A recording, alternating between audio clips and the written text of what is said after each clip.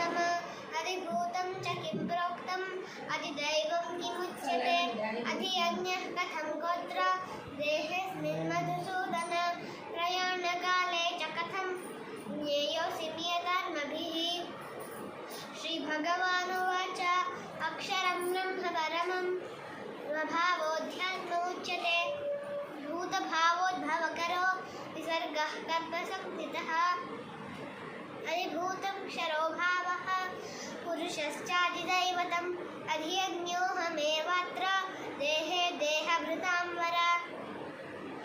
अन्तकाले च मामेव स्मरन् मुक्त्वा कलेवरं यः प्रयाति समद्भावं याति नास्त्यत्र संशयम् यं यं वापि स्मरन् भावं यजत्यन्ते कलेवरं तं तमेवैति कौन्तेय सदा तद्भावभावितः तस्मात् सर्वेषु कालेषु योगयुक्तो भवार्जुन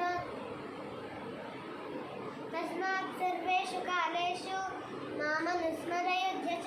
मय्यर्पितमनो बुद्धिर्मामेवैष्यस्य संशयम् अभ्यासयोगयुक्तेन चेतसा नान्यगामिना परमं पुरुषं दिव्यं याति पार्थानुचिन्तयन् कविं पुराणमनुशासितारम् अणोरणीयं तमनुस्मरेद्यः सर्वस्य धातारमचिन्त्य रूपम् आदित्यवर्णं तमसः परस्तात्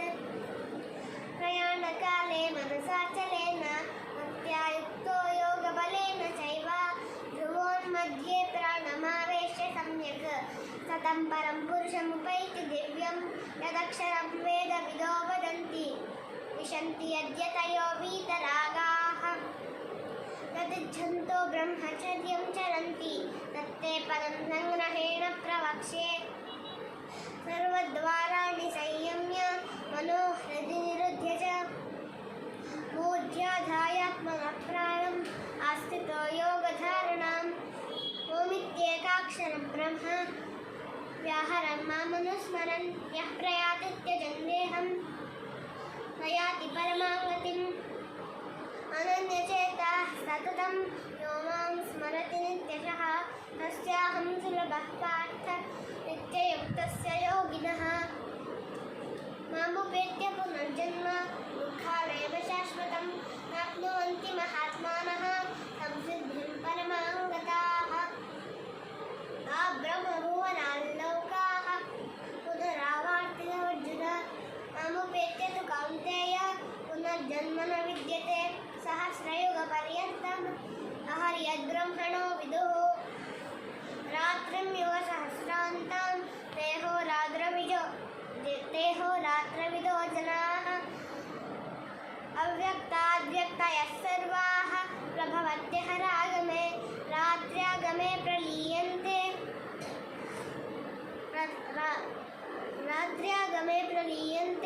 तत्रैवाव्यक्तसंज्ञके भूतग्रामः स एवायं भूत्वा प्रलीयते राज्यागमे वशः पार्थ प्रभवत्यः रागमे परस्तस्मत्तु भावोऽन्यः अव्यक्तो अव्यक्तात् सनातनः यः स सर्वेषु भूतेषु नश्यत्सु न विनश्यति अव्यक्तोऽक्षर इत्युक्तः तमाहुः परमां गतिं यं प्राप्य न निवर्तन्ते तद्धाम परमं मम पुरुषः स परः पार्थ भक्त्या लभ्यस्तुनन्यया यस्यान्तस्थानि भूतानि येन सर्वमिदं ततं यत्र काले त्वदावृत्तिम् आवृत्तिं चैव योगिनः प्रयातायान्ति तं कालं वक्ष्यामि भरतर्षभ अन्यज्योतिरः शुक्लः षण्मासा दक्षिणायनं षण्मासा उत्तरायणं तत्र प्रयाता गच्छन्ति ब्रह्मविदो जनाः धूमो रात्रस्तथा कृष्णः षण्मासा दक्षिणायनं तत्र चान्द्रमसं ज्योतिः योगी प्राप्य निवर्तते शुक्लकृष्णे गतिह्येते जगतः शाश्वते मते एकया याति नावृत्तिम् अन्यया वर्तते पुनः नैते श्रुति पार्थ जानन् योगी मुह्यति कश्चन तस्मात् सर्वेषु कालेषु योग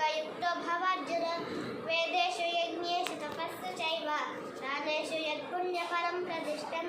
अत्येति तत्सर्वमिदं विदित्वा योगी परं स्थानमुपैति चाद्यम्